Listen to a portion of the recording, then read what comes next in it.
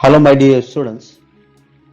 Welcome to online classes on design of mission elements. I am Dr. Bharat Vinjamuri from Global Academy of Technology. In today's session, we'll be discussing how to solve numericals in this subject.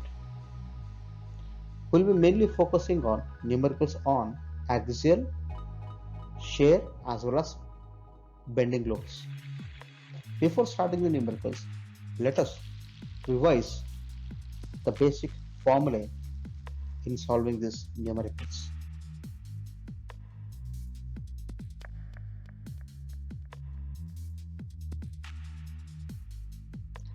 These are the textbooks which I'll be using throughout this course.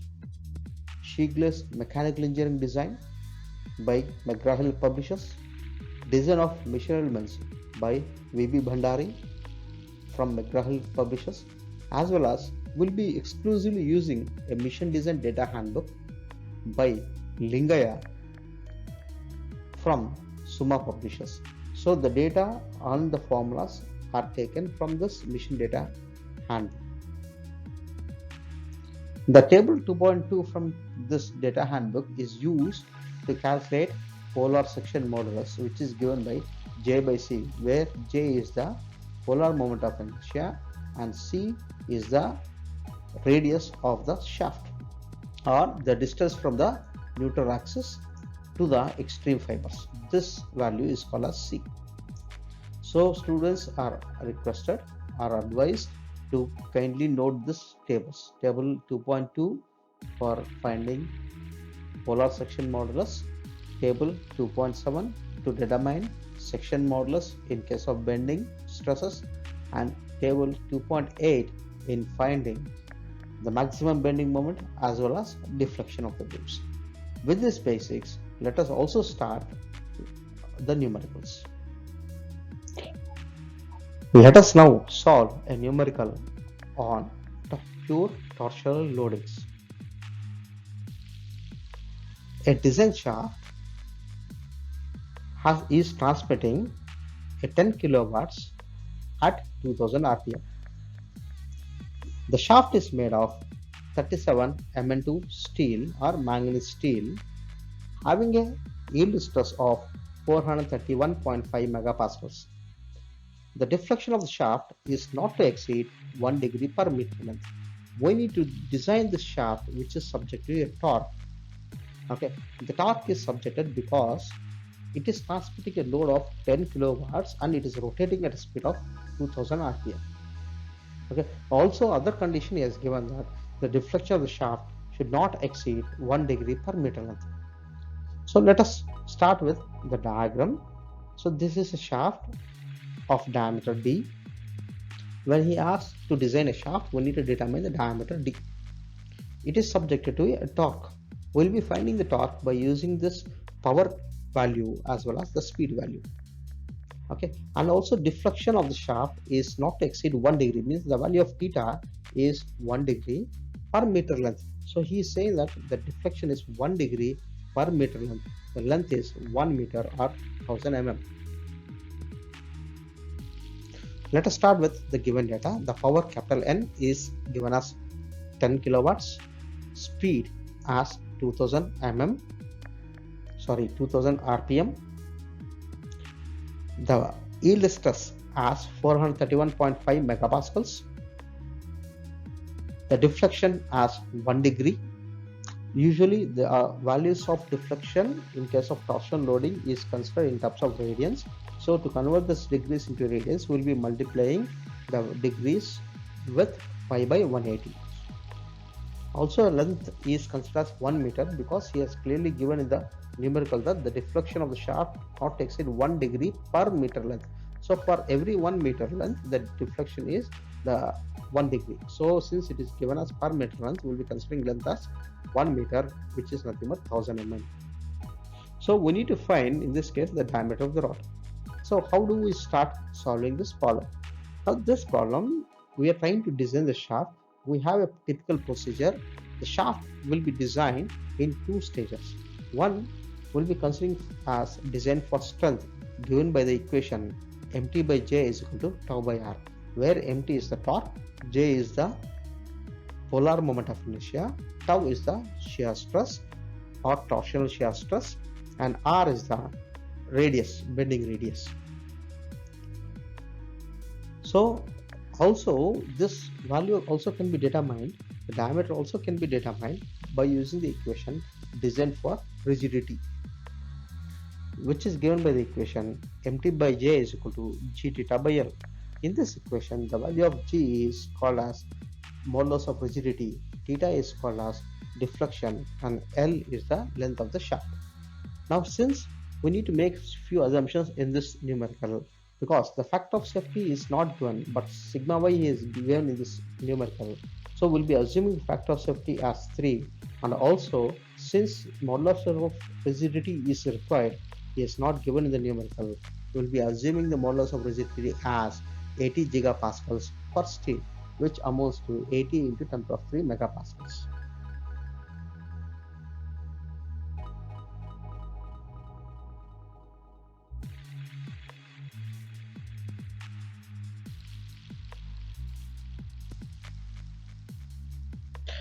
Let us start solving the problem by determining the allowable stress. Now this numerical requires a allowable shear stress, but in this numerical they have given allowable yield stress. He has given the yield stress. We'll first convert the yield stress into allowable normal stress. Then this allowable normal stress will be converted into allowable shear stress. So yield stress given in the numerical is 431.5 megapascals. Factor of safety we have already assumed as 3. So by considering these values, we'll be determining the allowable normal stress as 431.5 divided by 3, nothing but sigma y by fs. We'll be getting allowable stress 143.83 megapascals. So we need the allowable shear stress. So allowable shear stress is always equal to 0.5 times of allowable normal stress. So sigma y by 2 will give the value of allowable shear stress as 71.92 megapascals. So from now in this numerical we'll be making use of 71.92 megapascals as the shear stress. Let us start solving the problem by considering the design for strength equation. Nothing but mt by J is equal to tau by R. In this case, mt can be determined by using the equation 9.55 into 10 power of 6 multiplied by capital N by small n. In this case, mt is always in terms of Newton mm, and capital N is the power in terms of kilowatts, and the speed is in terms of RPM. By substituting these values, we'll be determining the value of mt as 47,750 Newton mm. After determining this torque, we'll also use the formula of J as pi d power 4 by 32. The equation for J can be determined by using the table number 2.2. In table number 2.2, the value of polar section modulus Z0 is given. Always remember that the value of Z0 is equal to J by C, where C is the radius, nothing but d by 2. By multiplying the value of Z0 with the value of C, nothing but the radius, we will be able to determine the value of J, which is nothing but moment of inertia. Or it is a common practice to remember that the polar moment of inertia for a circular shaft is always pi d power 4 by 32. So this can be obtained, this equation can be figured out from this table 2.2 easily. After finding this, after substituting all these values in this equation, mt by J is equal to tau by R, we can say that R is nothing but the diameter by 2. We substitute this equation, and by cancelling this d once, and it is 4 times of d, so we'll get the 3 times of d, and 2 and 32 can be substituted. We'll be getting the value of 16. Once we do this simplification, we'll be able to determine the diameter d based on design for strength. So we have obtained the value of d as 15 mm. This 15 mm is based on design for strength. Let us also calculate the diameter based on design for rigidity. In this case, we will be using the equation mt by J is equal to g theta by L, where mt is equal to 47,750 Newton mm we have already determined by using power as well as speed. We know the value of J as pi d power 4 by 32. The value of G we have already assumed as 80 gigapascals or 80 into 10 power 3 megapascals. The value of deflection is 1 degree. Since in this numericals regularly we don't use degrees, we'll be using radians. So we'll be multiplying this 1 with pi by 180 to convert it to radians. Also we have the value of L, the length of the shaft has been given as per meter length, so we have considered as 1000 mm. By substituting all these values in this design for rigidity equation, we'll be able to determine the diameter of the shaft. By simplifying this equation, we'll be getting the diameter of the shaft as 24.29 mm. So in this case, we'll be selecting the maximum diameter. So the maximum diameter is 24.29 mm.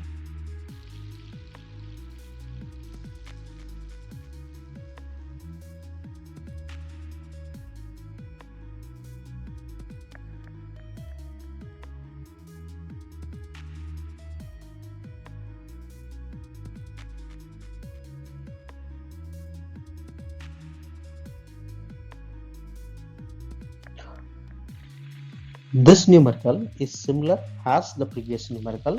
In this numerical, instead of a solid cross section, they have given a hollow cross section. Design a spindle of a milling machine to transmit a 15 kilowatts of power at 1000 rpm. The angular twist is not to exceed 0.5 degrees per meter length. The material of the spindle is C45 steel, whose yield stress is given as 353 megapascals. The outside diameter of the spindle is twice that of inside diameter. The factor of safety is given as 2. Let us concentrate on this point where the outside diameter of the spindle is twice that of the inside diameter. It clearly says that d0 is equal to 2 times of di. Okay, the same statement can also be given as the diametric ratio is 2. So it means that d0 by di is equal to 2. Else the other statement can be the diametric ratio or the diameter ratio is 0.5. In this case, whenever it is 0.5 less than 1, the equation can be di by d0. One common concept it is to be understood that the outer diameter must be larger than the inner diameter. So d0 is twice the di. That is what he has given in the numerical. Let us start solving this numerical. The given data in this case, the power is given as 15 kilowatts, the speed as 1000 rpm, yield stress as 353 Newton per mm square. The value of deflection is 0.5 degrees. The length of the shaft is 1000 mm because he has given us 0.5 per meter length, so 1000 mm. And the factor of safety he has given us 2. Also he has given a condition that the outside diameter is twice the inside diameter, therefore d0 is equal to 2 times of di. We need to find the diameter of the shaft, di as well as d0. So here also we'll be trying to find the same way as we have done in the previous case. We'll be trying to find the diameter by using the two equations, design for strength and design for rigidity. Also we'll be trying to assume the value of G, since he has not given in the numerical. G for steel, we'll be assuming the material as steel, even though he has not given, but he has given here the material as steel. So for steel, we'll be taking the value of modulus of rigidity as 80 gigapascals.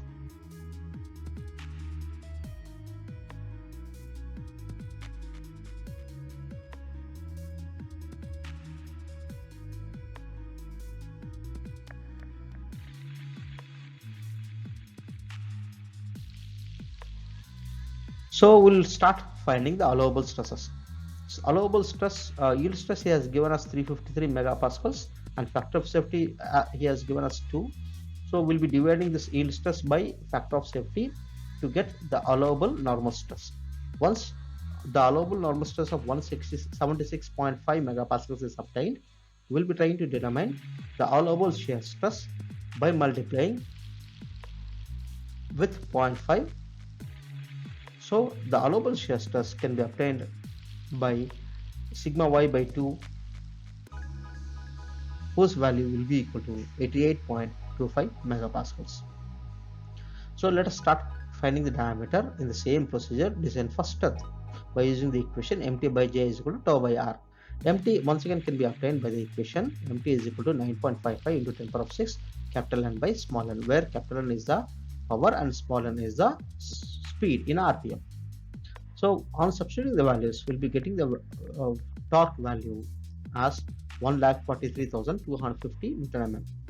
Also the value of J, this time the value of J is based on the hollow circular cross section. So the value of J from table 2.2 can be also determined as pi into d naught power 4 minus di power 4 divided by 32.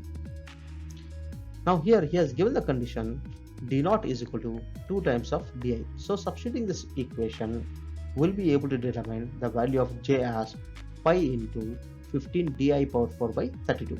We'll be using this equation of J in the main equation of mt by J is equal to tau by r. So allowable stress we have already determined as 88.25 megapascals. The radius is given as d naught by 2, which amounts to 2 di by di. Okay, we'll be getting the radius as di. So substituting all these values into this equation, we'll be able to determine the value of di. After finding the value of di, we'll be also finding the value of d naught, which is twice to di. This values is based on design for strength. Now let us also calculate the equation based on design for rigidity. The same procedure which we'll be adopting as in the previous case. We know the value of mt, that is nothing but the torque. We know the value of J. We have assumed the value of G. We got the value of theta as 0.5 degrees, which will be converted into radians, 0.5 into pi by 180 radians, and the length as 1000 mm. We'll be substituting all these values into this equation to find the diameter di. Once the di is found, by multiplying into 2, we'll be getting the diameter d naught. In this case also, we'll be selecting the maximum values of inner and outer diameters. Therefore, the maximum diameter, inner diameter and outer diameter is 19.32 mm and 38.64 mm.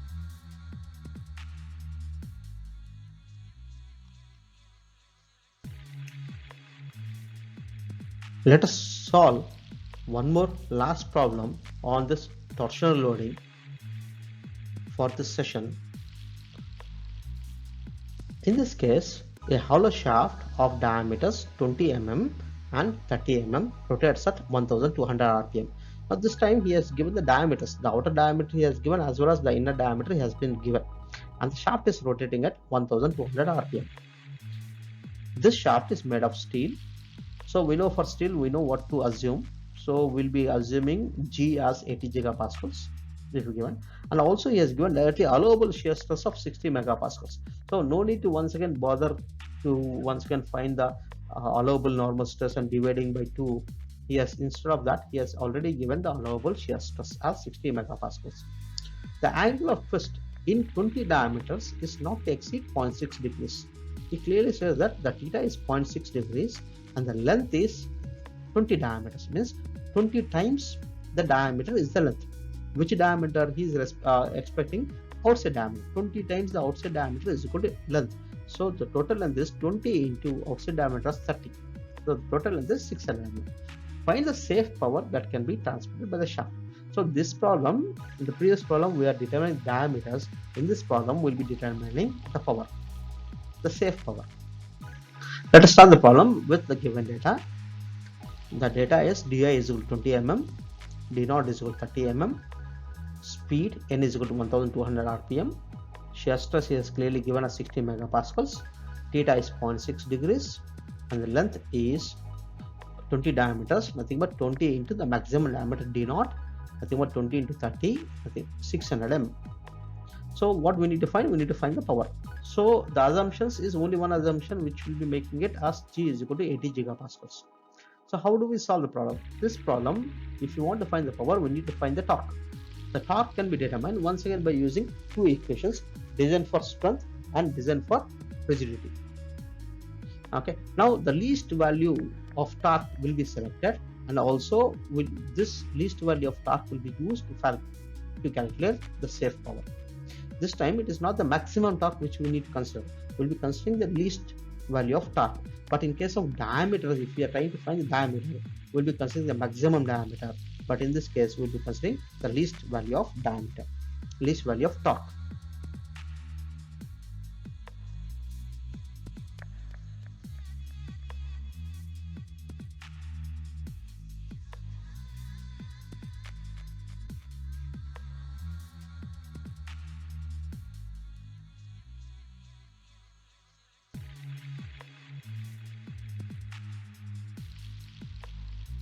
So first we'll be using the design for strength equation. The same formulas. J, since it is a hollow shaft, the value of J is pi into d naught power 4 by di power 4 by 32. So we'll be substituting, we know the values of d naught and di. After substituting, we'll be getting the value of J in mm power 4. And also we know the radius as d naught by 2. So 30 by 2 as 15 mm. By substituting these equations in this, we'll be able to determine the value of mt. So let it be this value. We'll also try to find the value of torque by using the equation designed for rigidity. In this equation, we'll be substituting all the values. He has given the value of G also. We have assumed it, and also all the equations in this equation. We'll be finding the value of mt. So selecting the minimum torque. In this case, the minimum torque we need to select to calculate the safe power. The minimum torque is 89,100.59 Newton mm. So we'll be using this equation torque. In the equation, mt is equal to 9.55 into 10 power of 6 multiplied by capital N by small n. So we'll be getting the value of safe power as 11.195 kilowatts. So dear students, these are the numericals which are purely based on pure axial stress, pure shear stress, pure bending and torque. In the next sessions, we will be trying to discuss the numericals on combined loading. So these numericals are the basics for the next numericals. So I request all of you to kindly go through these numericals and understand it. Thank you. Have a nice day. Thank you for watching this video. In the next session, we'll discuss how to determine stresses under combined loading. Till then, have a nice day.